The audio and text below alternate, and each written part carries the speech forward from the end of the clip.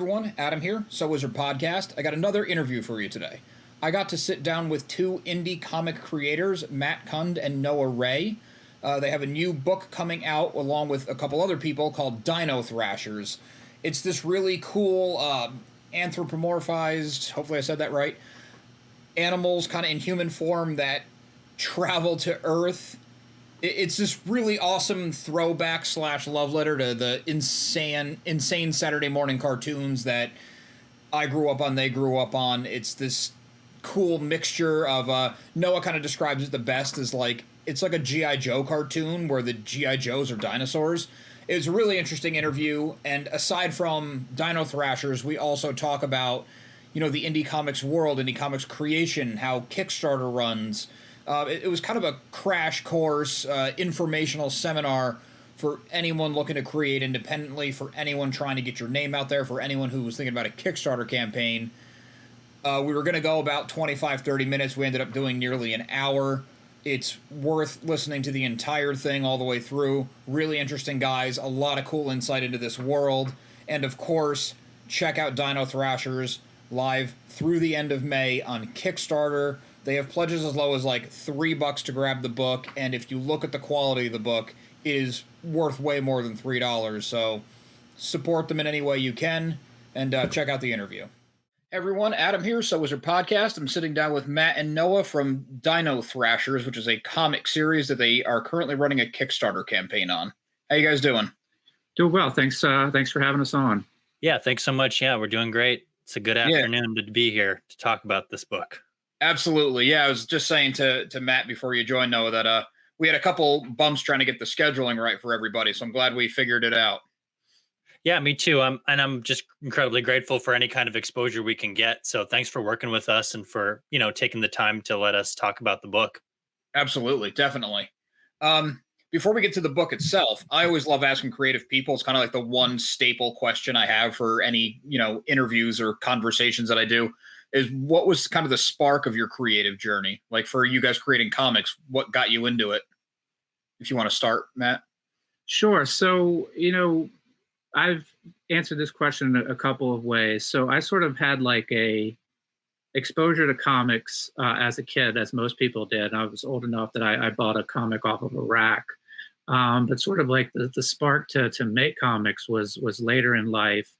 I was sitting at work. I remember it just being really gray and dark and sitting in a cubicle. And I was going through some stuff and I was like, I want to do something that I used to enjoy when I was a kid. And what was that? And I thought about comic books. So then it was sort of like, I was listening to podcasts about comic books, got a pull list. And then from that, it was sort of the development into people making comics and for me to make the decision to make make comics on my own. So it was sort of like, almost like a rebirth into comics, and the love of comics grew from just reading to wanting to make them. Very cool. Yeah. All right. How about you, Noah? Yeah, I've always drawn my whole life. The story I tell people is that like, I come from a big family and like we would go to church every Sunday. So there was like, 4 little kids. And my parents wanted to keep us all quiet during the service. So what they did was they gave us a bag full of markers and a notebook to draw during the service just to shut us up. And it's funny, to this day, I still carry around my backpack full of markers and a sketchbook, probably because of that. But that was sort of where my love of art came from. But I just had a deep love of, like, I just always wanted to make comics for as long as I can remember. And for a while, I didn't really think that was something that I wanted to do. But in years past, it's kind of been like an archaeological dig through old artwork. And I've dug up old comics from when I was like 6 years old, up until now. So like, I don't think there's been a year that's gone by where I haven't made a comic of some sort. And in high school, I kind of wanted to be cooler than like like what I thought what a comics book creator was. But then I discovered sort of all the big staples around that time of like, Dark Knight Returns and Watchmen. And when I read those books, and that just sort of elevated what I thought comics could do. And I automatically wanted to be a part of it. But then like from then on, I've sort of realized like, of course, what serious storytelling you can do with comics, but also just sort of the fun stuff that you can do with it too. So that's sort of where Dino Thrashers comes in. But the serious stuff is sort of where Matt and I started our creative, like work, our creative partnership was Matt's sort of more of a serious comic book teller. So Matt tells the story, I think, pretty well of how he and I met, which is pretty fun. Yes. So Noah and I, we live in the same hometown, and I was taking my kids to the swimming pool, and Noah was the guy who would make sure you actually like lived in the neighborhood and you were sort of sneaking in to use the community pool. We would check your driver's license to see that you were there, and you would sign in. But so one day I was going to go do that, and I go to sign in, and this guy's got this like 11 by 17 like drawing board like propped up on like an art easel. So every time he's not like checking people in, he's over there drawing. So I was just like, hey, what are you doing? And he's like, oh, I'm drawing a comic. And I was like, oh yeah, I'm really into comics, and I have an interest in writing comics. So I think Noah gave me his business card. I went in, took the kids to the pool later, it's a couple of email exchanges, and we're like, hey, let's go ahead and make something. We made a decision that we wanted to sort of start slow. I think a lot of people, when they sort of try to figure out like a creative partnership, it's almost like dating. You don't want to like jump into something too crazy right away. So we're like, let's do a 5-pager. So I had been playing around with this idea of like a zombie apocalypse, and what happens if like big pharma could sort of profit off of not curing the zombie apocalypse, but sort of giving you like, a prescription to sort of fend off the zombie apocalypse. And sort of like every 30 days you had to like sort of like refill your prescription to not turn into a zombie. So we did this really dark sort of zombie story where it seems pretty hopeful that something is going to go well, but it takes a dark turn at the end. So we did that, and that worked out really well. We sort of printed that up as a mini ourselves. So we've gone on to do 2 or 3 minis since then, a couple of anthology stories. So Dino Thrashers, even though I'm not writing that is sort of like the longest form storytelling thing that Noah and I are involved in.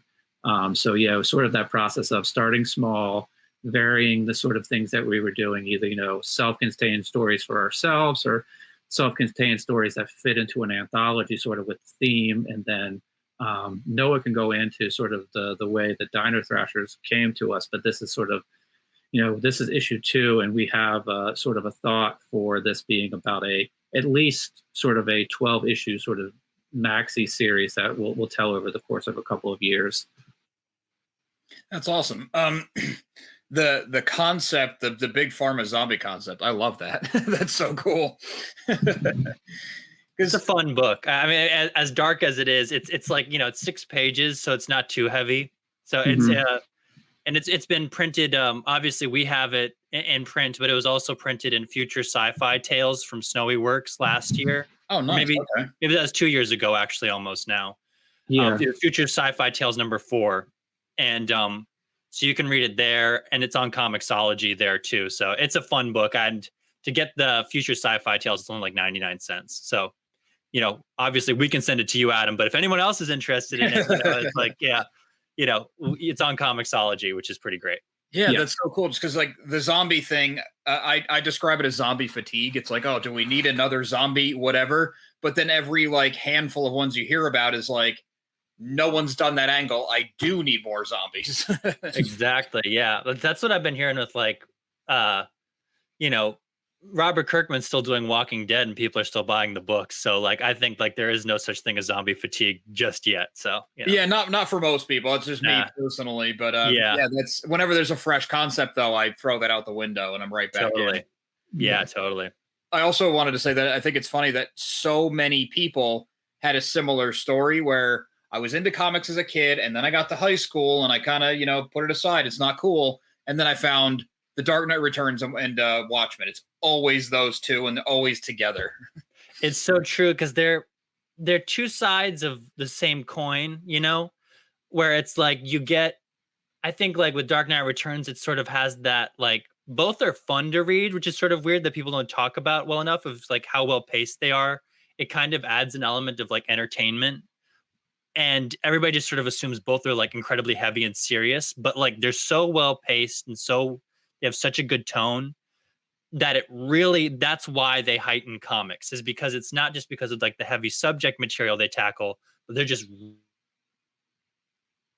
No, we lost you. Well, hopefully he'll come back. Yeah. Yeah. for the years because they're great. It's catching up. Oh, sorry. There you froze up for a second. But yeah, you're definitely right that it's not just that they made gritty stories, because you can make a story as gritty as you want. It doesn't mean it's a good story. Exactly. The fact that they nailed it across the board. It's just so funny how often that is, because it was the same thing for me. In high school, I wasn't so into comics, but I had a friend who was way more into comics than I ever was. And he kind of kept me going. And then he introduced me to Watchmen and The Dark Knight Returns. And that wasn't when they came out. That was, really early 2000s. So they're timeless. They're for sure. Yeah. Yeah. Mm-hmm. You don't even have to update them to be relevant now. No, totally. Even though like they're so of their time, but at the same time, timeless, which is just great. Yeah. That's a good way to put it. Yeah.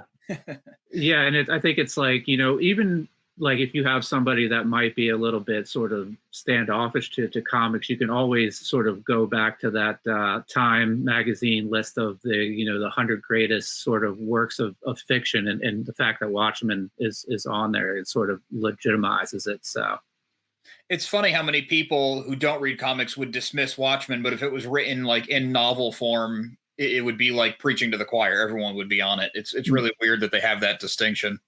I think I remember reading an article by Scott McCloud, and he kind of called it like the Moby Dick of graphic novels or something like that. And I agree. It's like it's literature, it's brilliant. Yeah, it's a must read for sure. Even if you're not into comics, just read one. I like to say it's my favorite book. It's not just my favorite graphic novel. Like it's a book. It's my favorite book. It's just so well written. And then giving credit to Dave Gibbons, he elevated the story. And I think Alan Moore's admitted that too, where it's just Alan Moore's writing is of course perfect, but then Dave Gibbons somehow made it even more perfect with his execution of the script. Yeah, and that's one of the really fun things about comics in general is you can read a script and it's great, and then seeing the visuals, it's a whole layer that you maybe didn't even know was missing, which I'm sure you guys experience, regularly as you're doing this. Yeah, I mean, it was I can only speak from like the one comic I've written, and it was with Matt last year. We did a short story in the Great Commandment anthology, which just came out. And Matt's always talked about the great feeling of getting art back from a script you've wrote, and I've never experienced that. But yeah, it is like extra endorphins being released in your brain when you get that return of artwork for something that you've written.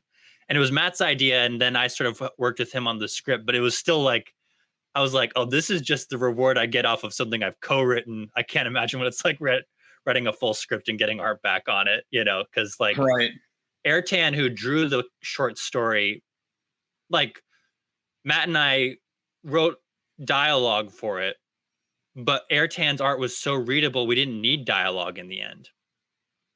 And we just cut all dialogue in the end. It was like no dialogue. It was just all visuals because Airtan's art was just too good. Yeah, we did a lot of sort of like, one of the things that you're able to do with comics is, so the story is called Tablets. And it's basically, we like to sort of use the elevator pitch. It's a combination, well, not a combination, but it's sort of They Live, but instead of sunglasses, they're iPads. So sort of we were able to sort of convey information off of like the screen that our character was looking at. So instead of like a lot of dialogue, it was like, she would move through the scene and she would sort of glance at the iPad, and then that would sort of give her information to keep going. So there wasn't a lot of dialogue. Not quite a silent issue, but very close to a silent issue. That's really cool. I like that a lot. I'm gonna have to check that one out too. You guys are good at It's worth checking out just for Airtan's art, and he penciled, inked, colored it all. It's beautiful. Yeah, it's a great short story. So do you guys mind going into your individual and then collaborative processes a little bit? Sure, yeah. Matt, you go ahead and you start off. Yeah, so for individually, I'm a big fan of the Stephen Prescott War of Art, where you don't sort of wait for the muse. You show up every day and you sort of put in the work. And if you're at your desk at 9:30 every morning working, you're ready and you're there for the muse to sort of show up and be productive. Some days it comes easier than it does, but I sort of force myself into sitting down and working on something. So I have a process where I do a brainstorm, where I do a pitch for sort of an existing character. Again, I sort of have this sort of long-ranging dream that if I'm ever in an elevator with Jim Lee, he can be like Nightwing, and I'm be like, "Oh, Mr. Lee, I have 8 pitches for Nightwing ready for you right here, ready to go." So I sort of start off with that, and then I do a brainstorm of like 2 characters, 2 environments, and 2 plot lines. And usually one of those 6 things will give me the kernel of an idea to sort of then try to plot out a story arc. And these are really general. So, I'll look for just like, if I want to do a 6-page comic, I'll just be like 6 beats, 1 beat for each page, just to sort of like draft it out. And then I'll sort of put that aside. And then I'll do 4 pages every day. Now, these pages are not very detailed. It might just be like panel descriptions and not a lot of dialogue, but it's just sort of like trying to build a page, try to figure out like what the focus of that page is and the page turn. So then I do 4 pages, and I also try to draw a picture every day. So I sort of have a process where I'm going to get these little things done every day just to sort of have some momentum. And sort of as far as like the writing of pages, I have like a streak of like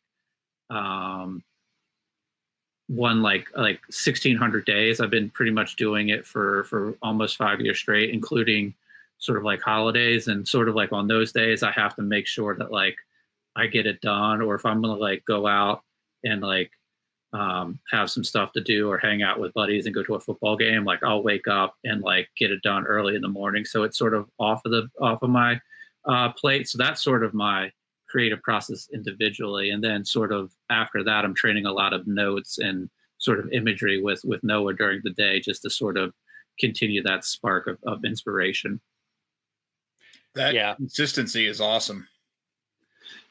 Yeah, and it's also like one of those things that like now that it's so long, I don't want it to break and sort of not be able to or I don't want to have to restart. I don't want it's like I'm from Baltimore. It's sort of like the Cal Ripken like streak. I want a long streak. So it's right, 5 days you miss one, not a big deal. But now 1,600 you miss one, it's like, oh, I'm on day 2. Yeah, so I don't want the streak to break. So hopefully I can keep it. Hopefully I can keep it going for quite some time longer. That's awesome. And to speak to Matt's sort of like writing style and then like collaboration, he's very open to changes in the script. So Matt's a little sparse with his scripts. So it's just sort of like general description of like panel 1 does this, panel 2 does this, panel 3, etc. And like, little bits of dialogue here and there. But with me, and maybe with your other artists, because I don't know, I've not really talked to them, I guess, too much about how you work with the other artists. But with me, it's sort of, he's always been open to changes. And if I feel like an extra panel needs to be added or taken away, he's very open with that. And so he's a very good collaborator in that way, where he sort of also wants to make sure that the artist isn't drawing something that they don't want to draw. That's something that's rare, and it's really great to have as a collaborator. It's rare. It's very, very useful. And it's sort of, I think, the reason why like it's easy to work with Matt. So, like every year we usually do something together as far as a comic goes. Like even last year we had like a couple months in between the end of the year and after I finished the first issue of Dino Thrashers, we got a short story and a short comic started, and that was great. Awesome. Okay. That flexibility sounds like it is really important for the collaboration, because if he just hands you, or if someone, I don't mean to throw you under the bus, Matt, if someone hands you a stack of pages, is like, this is it, verbatim, do not stray, that probably takes a lot of the joy out of as for you as an artist, where you're just kind of like, oh, I guess I'm just a tool now, going through the motions. Yeah. And it also is one thing that's great about Matt's script. And it's for me personally, because I have a very short attention span. I like less detailed scripts, and like the less detailed the better, because it's sort of like I always feel like it's the comic artist's job to either inform the writer that they're the one to fill in the world, like the world of the script, you know, the details of the script, or, you know, of course, to let the writer know, like, hey, I need more descriptions here and everything. But for me personally, I kind of like being able to just fill it in myself, sort of have that bare description and then just do the rest. Um, so it's nice to have someone who's sort of light on description, so I can read through the page, get the idea down, and then start drawing, instead of having to wade through so much information and having to like condense it all to a place where it'll all fit on the page. That's nice. So working with Matt's really cool in that way. And I like, it's sort of like again, I am going to throw someone under the bus, but he is great. Mike, who's writing Dino Thrashers right now, is the other guy who puts way too much information on each page. And I like working with him because he is another guy who's sort of okay with me changing things and doing what I feel is right. But his scripts are really hard to wade through because there's so much detail. And he'll be the first to admit it, because he's sent it to other people and they're like, dude, like there's too much on this in this script. Leave room for the art. Like leave, yes, please. It's but he's really cool. He lets me change things, which is really great. And so I've been lucky in that way to work with two writers that recently two writers that, you know, have allowed me to make changes. I've worked with other writers who have been like, you know, make me redraw panels until it's what they see in their mind, and that's frustrating. Oh, yeah. That's. I mean, if it's like missing a story beat, I could kind of get like, hey, we really need this thing in there, but yeah, scrap the work, especially multiple times. I think that's sort of when it becomes like you become sort of a dancing monkey, when they like just expect you to create what they see, you know, and it's not like, yeah, I don't like that. Yeah, it sounds smart when you guys first met and you're like, let's do a 5-6 pager instead of like, hey, I have an idea for an omnibus. Let's jump into it. Yeah. So Noah, what's your process like once you get the pages? It's I like to do like a couple thumbnails on each page. So when Matt and I first met, I was doing like one thumbnail per page, you know, like one thumbnail, pencils, inks, you know, send it over to Matt at each iteration. So send Matt the thumbnails, send Matt the pencils, send Matt the inks, send Matt the letters, that kind of stuff. That sort of evolved over the years. I've become a little more involved at the thumbnail process of things. And what's nice is that working with Matt, he kind of trusts me at this point. So on the last comic, I didn't really have to, I did share a couple of thumbnails with Matt, but like there were some times where like, you know, I think we've kind of got to the point where like he sort of just trusts me to draw the comic, you know? And so like I'll give him like the bare thumbnails, but then that doesn't mean I won't go back in and change things. So I found that I've been doing multiple drafts of a page, like in thumbnail form, and then I go to draw it. So Mike has sort of also been the guy who didn't really respond necessarily to thumbnails when I was doing the first issue of Dino Thrashers. So on this issue, I really haven't been sending him the thumbnails. I'll just sort of send him the final artwork. He seems to sort of just trust me to draw the book, which is nice. But yeah, so I thumbnail just in this little, like, you know, this little book. Matt gave me 2 last year. It's just this nice little thumbnail book. Then I, you know, take it to the Bristol board and I pencil it out. Then I just ink it on the Bristol board and scan it in, send it to Alfred, my colorist right now on Dino Thrashers. He does a great job. He just makes it, you know, he just makes it look great. And no matter how bad I draw it, he somehow still makes it look great, which is awesome. And then I letter it afterwards in Clip Studio, which is a very useful tool. And I'm still learning how to use it, but it's already become invaluable. So. Yeah, I think for that last short story that we did in between issues 1 and issue 2 of Dino Thrashers, like one of the things Noah came to me, he was like, hey, you know, we're at like 5 pages right here. He's like, we have a panel right here that would make a really good splash page. So how about if we make it 6 pages and we just take this one panel and, you know, we expand it to be a splash page. And I was like, hey, the story is going to have a splash page now. Cool. let's go with it. It's going to have more, you know, more art, and we're going to have that cool page turn. So yeah, that was one of the things. And like, I don't even think I needed to really go in and look at which panel he was going to turn into a splash page. He's like, I have an idea that we can just sort of expand this. I didn't have to go in and change any of the writing. He just took a panel and blew it up. And one of the things you can do with comics is a page turn and a splash page. So he added that, and I really gave it no second thought when he sent me the message like, hey, can I do that? I'm like, go for it. Especially right smack in the middle of a book. Yeah. And he's also leaving out the part where I was like, hey, can we get rid of this one page?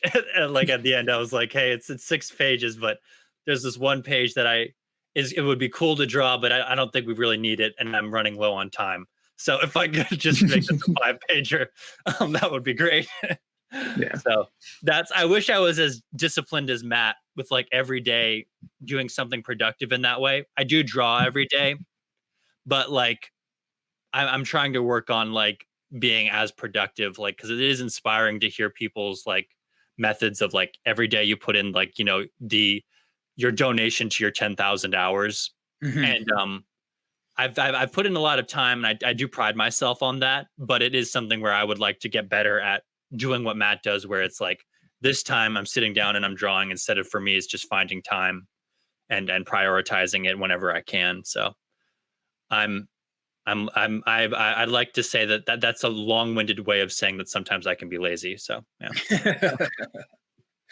Yeah, but I always know that you're gonna. I always know that you're gonna meet your deadlines. You might put some stuff off, but if it gets into that like last 2 to 3 weeks, you kick it into high gear to get it done. So that's why I don't stress about it too much. And I kind of had those conversations with Mike and Dino Thrashers. He's sort of like, hey, we're X amount of weeks away, and I'm like, don't worry, a lot of stuff hasn't come in lately, but sometimes Noah does this thing where we don't hear from him for a while, but he knows that deadline is there, and he'll kick it into high gear to make it.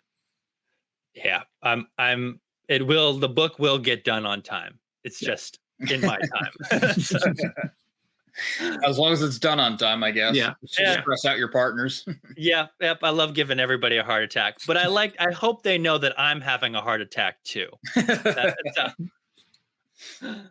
So, the concept of Dino Thrashers, because you guys have talked about some more serious subject matter in books that you've done.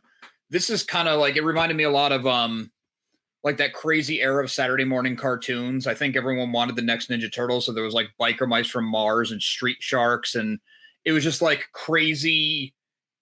Was it anthropomorphic? Is that the right word for the animals? Yeah. It's like crazy anthropomorphic soldiers, superhero kind of badass animals. Like, where does that come into it?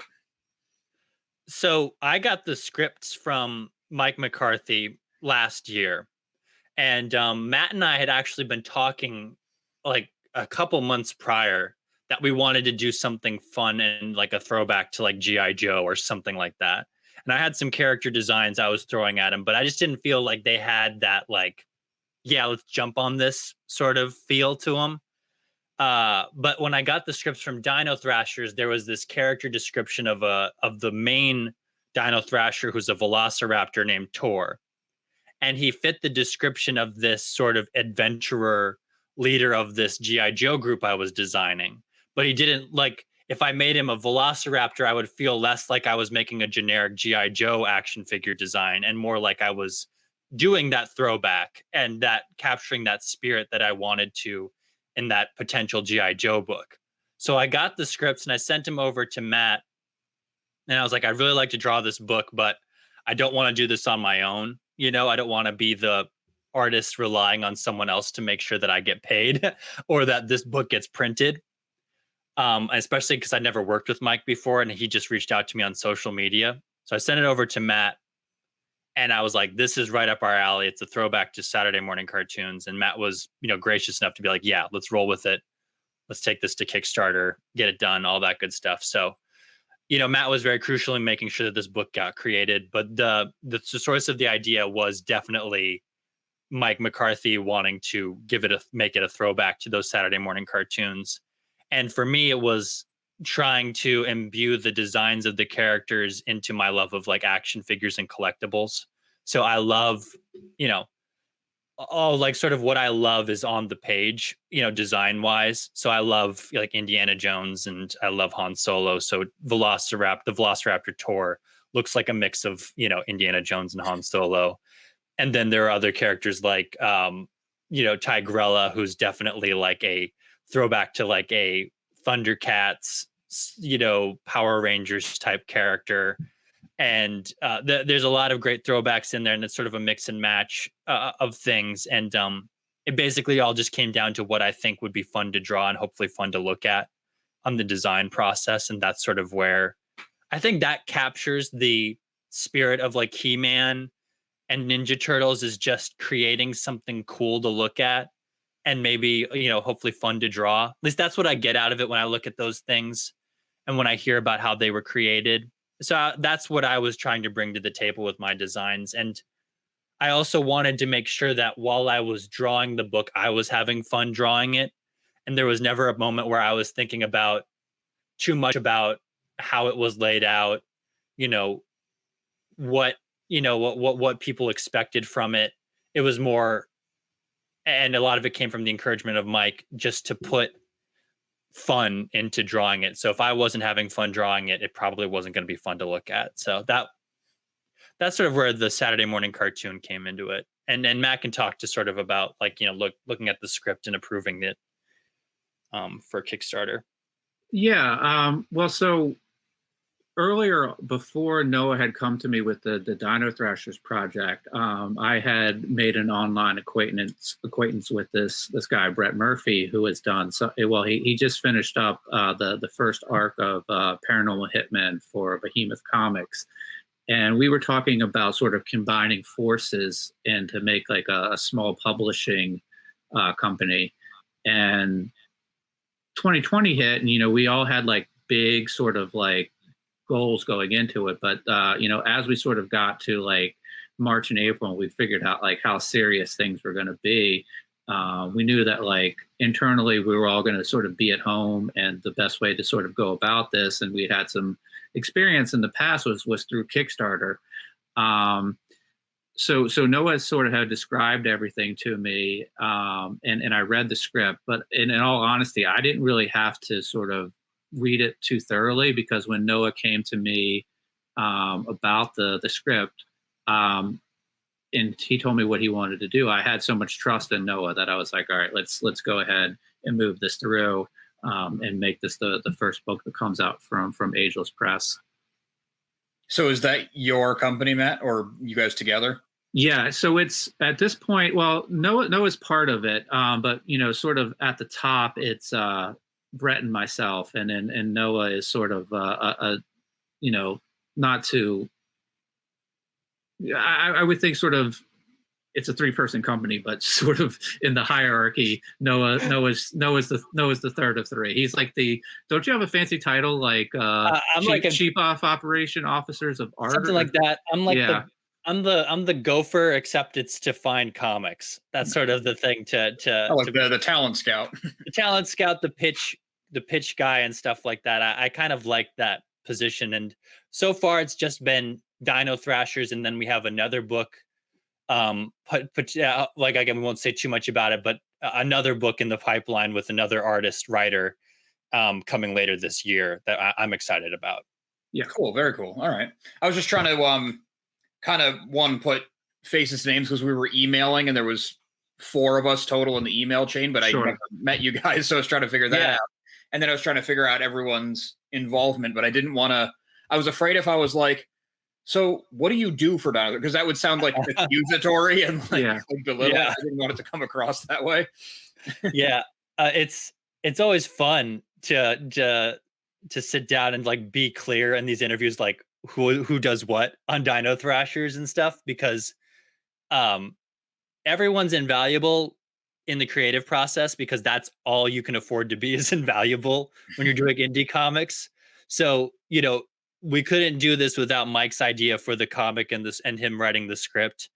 And we really couldn't get this accomplished without Brett and Matt approving this book to go to Kickstarter. And then we couldn't do it without Matt being in charge of, of course, setting up the Kickstarter, making sure that it was marketed, getting gigs like this to promote it and everything like that. So it's like And then of course we have everybody else. Like, I would like to think I'm invaluable by penciling and inking the book and lettering it.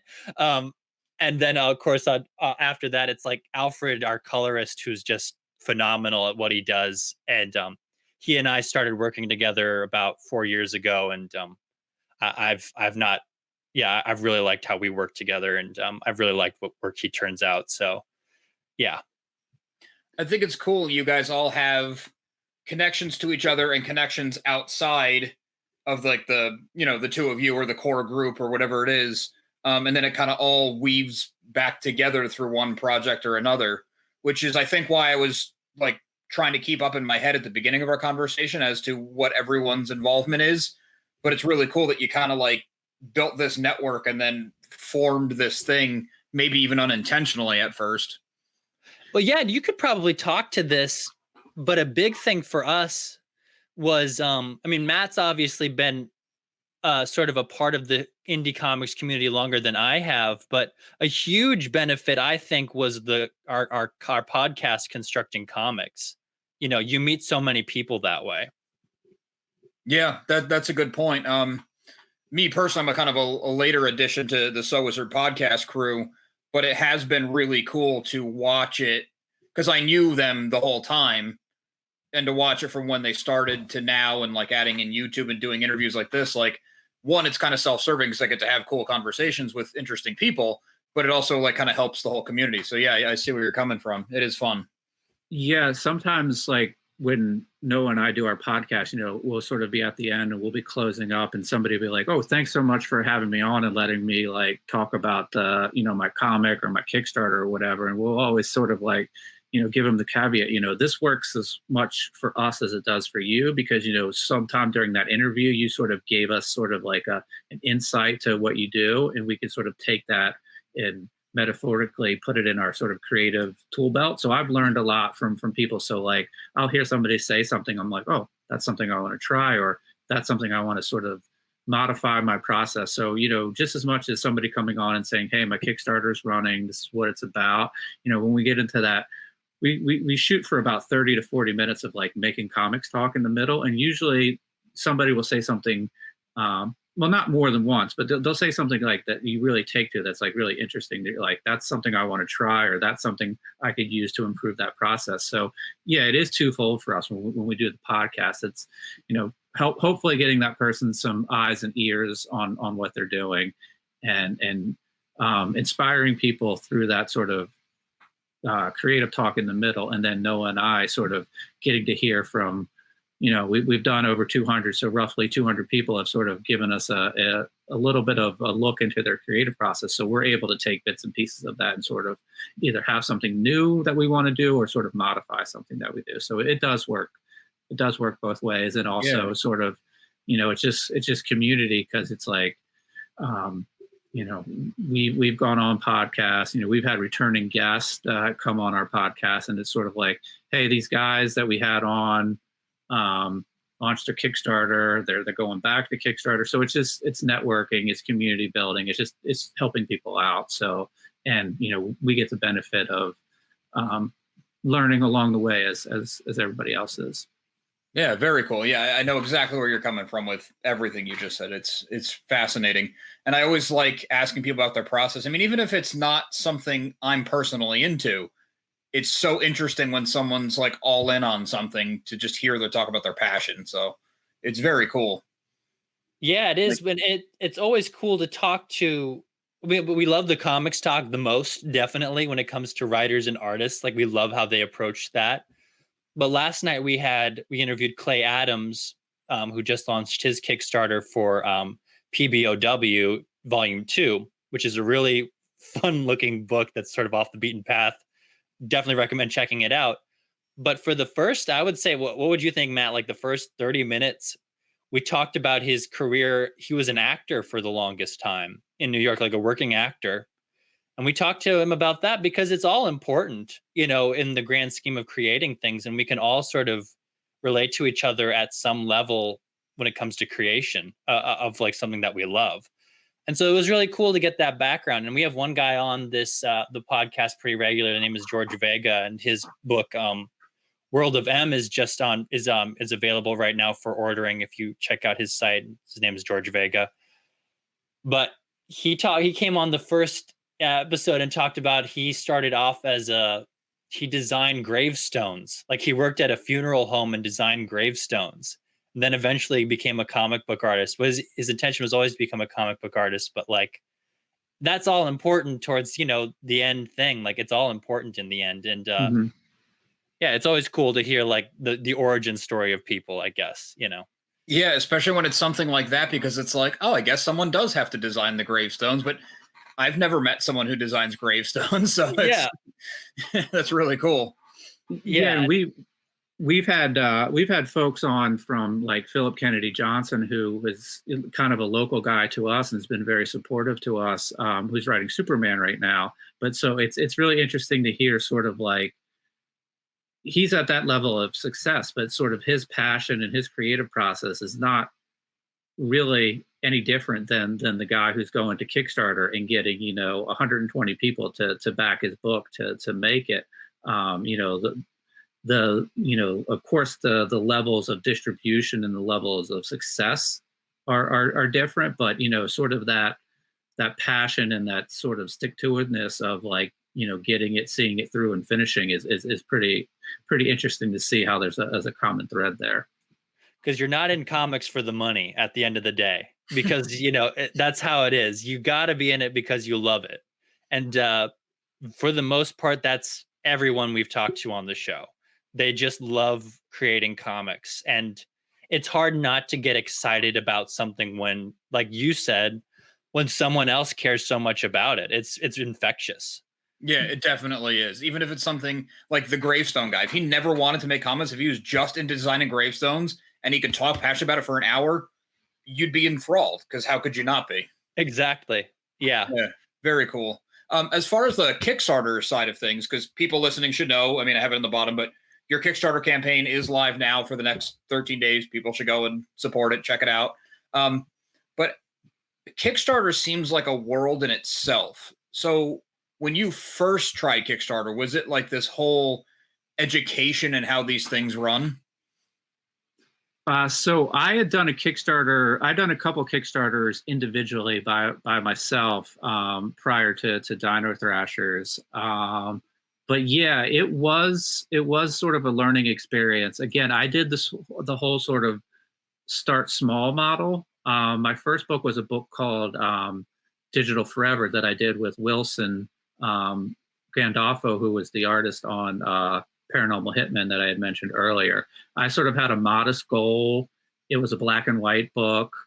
And I told it so that it was a self-contained story, but if I never came back to it, it was a satisfying read, but I left it so that I could come back to it. And there's plans of coming back to it, but I didn't want to like say, hey, this is this massive 12 issue series. This is what it is. It's a story. It's going to wrap up, but there's a way to come back to it. So I started really small there, small funding goal.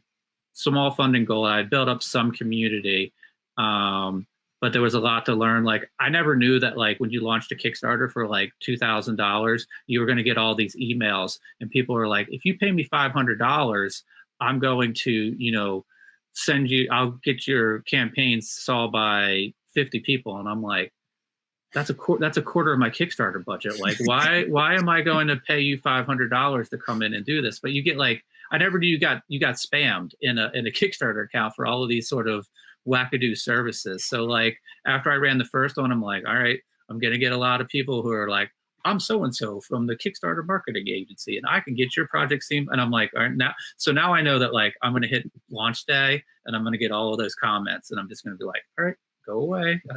So like you learn things like that, or just sort of like, in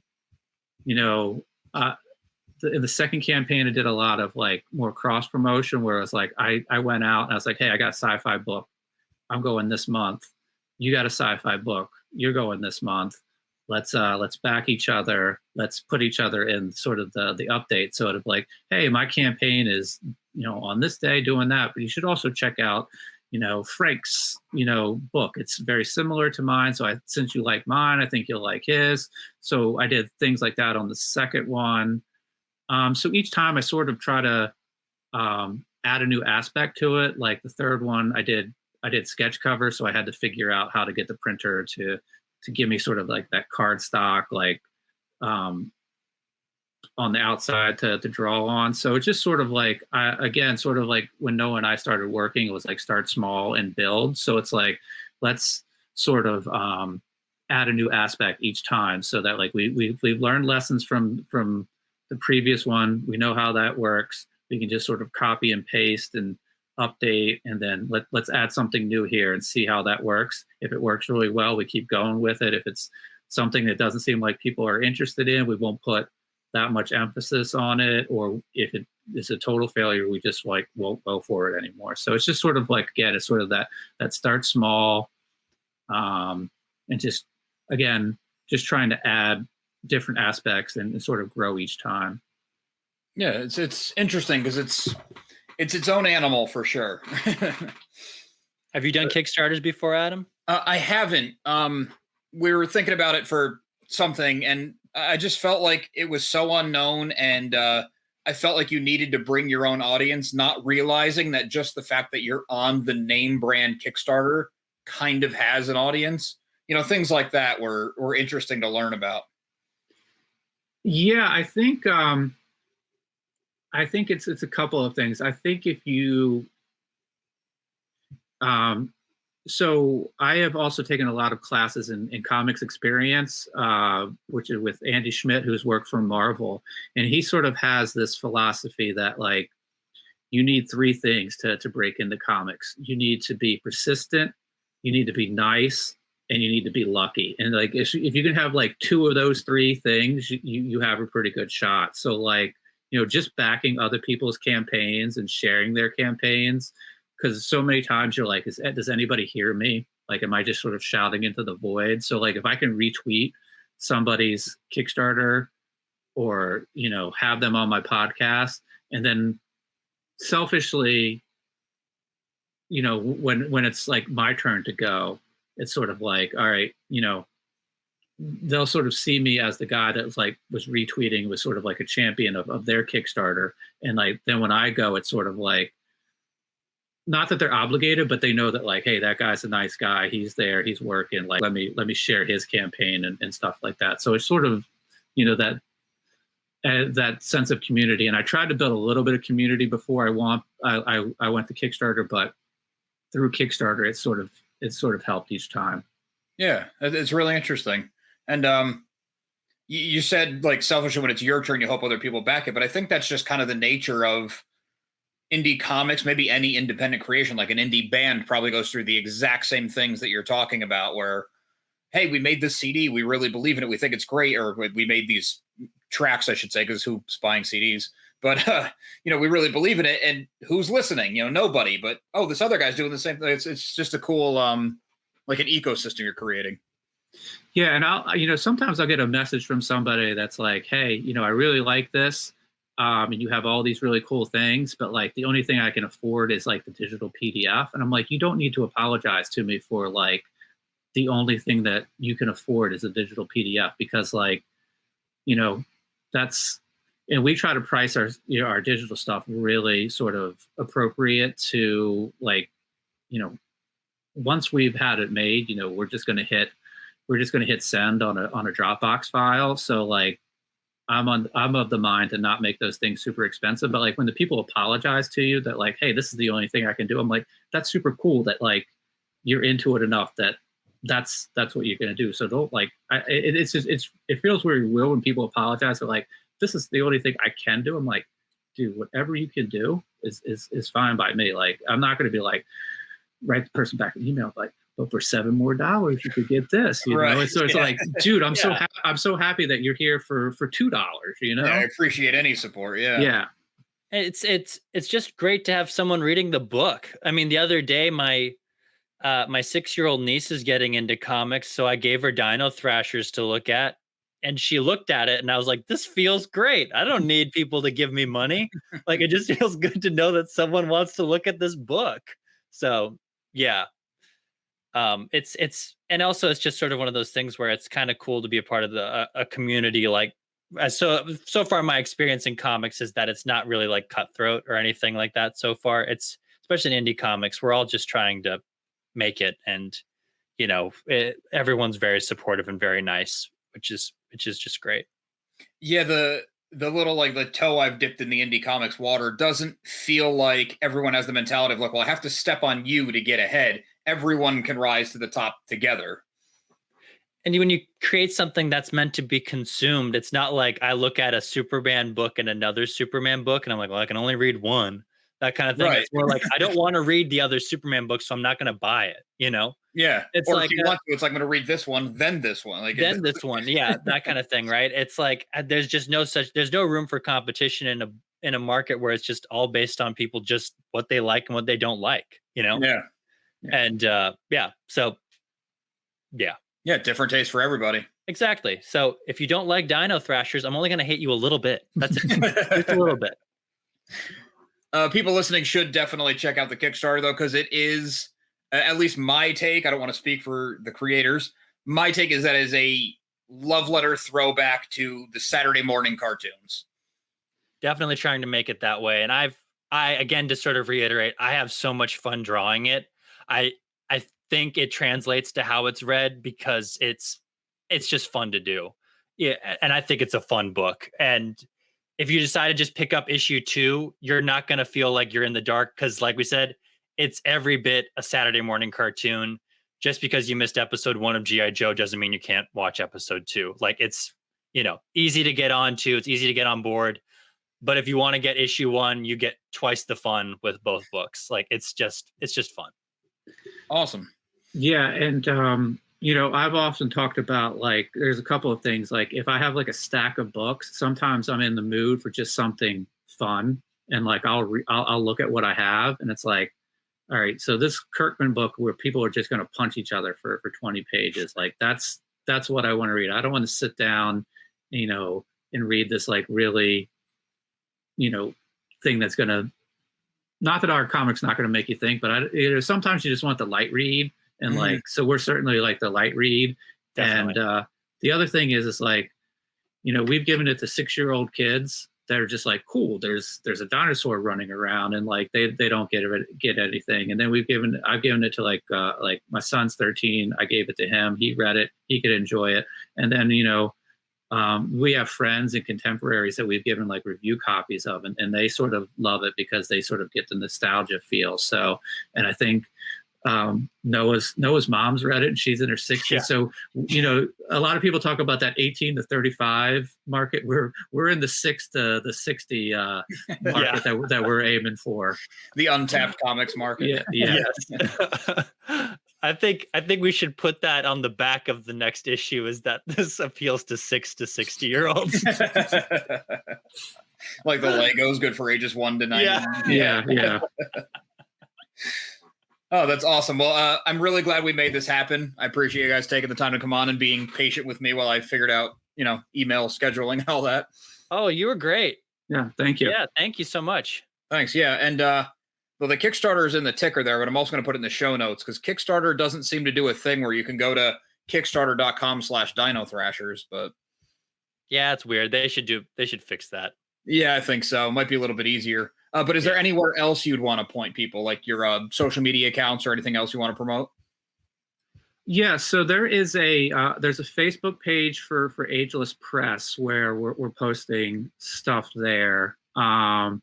There's also an IG account for Dino Thrashers, and there's an IG account for the Constructing Comics podcast. That's at Constructed Comics Pod, and we're posting, Noah's art as it goes up. If we get pencils, inks, colored stuff. So there's pretty much a daily sort of progress pick there. So I would think the Facebook page for Ageless and the IG account for our podcast are pretty good places to go.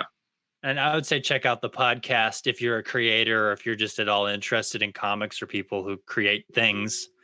It's a really fun time that Matt and I have interviewing people. And it's also really informative towards creation. And every time Matt and I sort of hop on to do an interview, we're always afraid that we won't have anything to talk about. And then we just go off and an hour passes by really fast. Yeah, we just filled an hour. It's effortless. Yeah, it is. It's so much fun. And then Matt and I, sometimes we do reviews of comics on there, and page breakdowns. And sometimes we'll have guests on to do that too, which is really, I think you also learn stuff from that as well. And I know we do, when we like take time to sort of look at a comic and break it down. And then to have another perspective on board to do that with us is also more informative and educational. So yeah, I really recommend people checking out the podcast. I think it's pretty great. Awesome. Yeah. Well, thanks again, guys. I appreciate it. Thank you. And good luck with the campaign. Everyone go to Kickstarter, Dino Thrashers, until was it 13 days? Yeah, we'll be going through the end of this month, the 31st. So you got some time, but don't wait. Yeah. Yes. For my own sanity, don't wait. Don't wait. Yeah. I'm clicking refresh every 30 seconds. So and don't make me wait. There's some cool rewards on there. It's worth your time. Like, you get the book and you can get some other stuff too. That's pretty cool. I'd like to thank Matt and Noah one more time for coming on the show to talk to me about Dino Thrashers. Just to reiterate, Dino Thrashers live right now through the end of May 2021 on Kickstarter. There's going to be more books coming, so jump on board while it's in the beginning. There's a link to the Kickstarter below the video. Also, make sure you listen to So Wizard Podcast every single week wherever you get your podcasts. SoWizardPodcast.com is your resource for reviews, recommendations, merchandise, and more.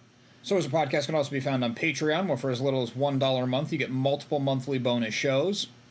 And we love hearing feedback, so drop us a note in the comments, leave us something on social media, and because I always forget, please don't you forget, see what I did there? To like and subscribe to the channel. Really helps us grow our audience. And on a more personal note, I also have an independent comic book out, not to piggyback on Matt and Noah's interview. It's called Social Studies. It's a slice-of-life comedy comic about the high school experience, done all through the twisted prism of the 90s cartoons that me and my friend Mike, who does the comic with me, grew up on. It's a different feel than Dino Thrashers, but they would be airing on the same channel on the same block. So check out the Dino Thrashers Kickstarter. Check out Social Studies, the comic book on socialstudiescomic.com. Thanks.